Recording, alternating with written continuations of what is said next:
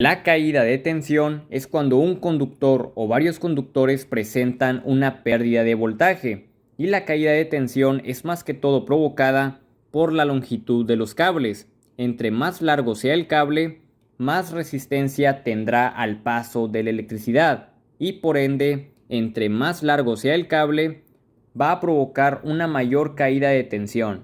Por ejemplo, si en este extremo de los cables tenemos un voltaje de 120 voltios, y supongamos que estos cables miden 50 metros, pues en el otro extremo de los cables no van a llegar esos 120 voltios que tenemos aquí al principio, va a llegar un menor voltaje.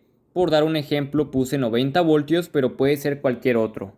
El problema está en que se debe evitar totalmente que haya una caída de tensión, es decir, que el voltaje que llegue al final debe ser el mismo al voltaje inicial. Bueno, tampoco que sea exactamente el mismo voltaje, pero que sea un voltaje muy aproximado al voltaje inicial. Para evitar la caída de tensión, hay que disminuir la longitud del cable, pero a veces esto no se puede, porque a fuerzas hay que utilizar cables muy largos. Entonces, lo que se tiene que hacer ahí para evitar la caída de tensión es aumentar el diámetro del conductor del cable, ya que entre mayor sea el diámetro del conductor, opone menos resistencia al paso de la electricidad. También la caída de tensión se produce cuando hay muchos aparatos eléctricos funcionando a la vez, y es ahí cuando se empiezan a sobrecargar los cables. El tipo de conductor también influye mucho en la caída de tensión. En este caso, el cobre es mucho mejor conductor que el aluminio. Y ya por último, la temperatura a la que se encuentran los cables también influye.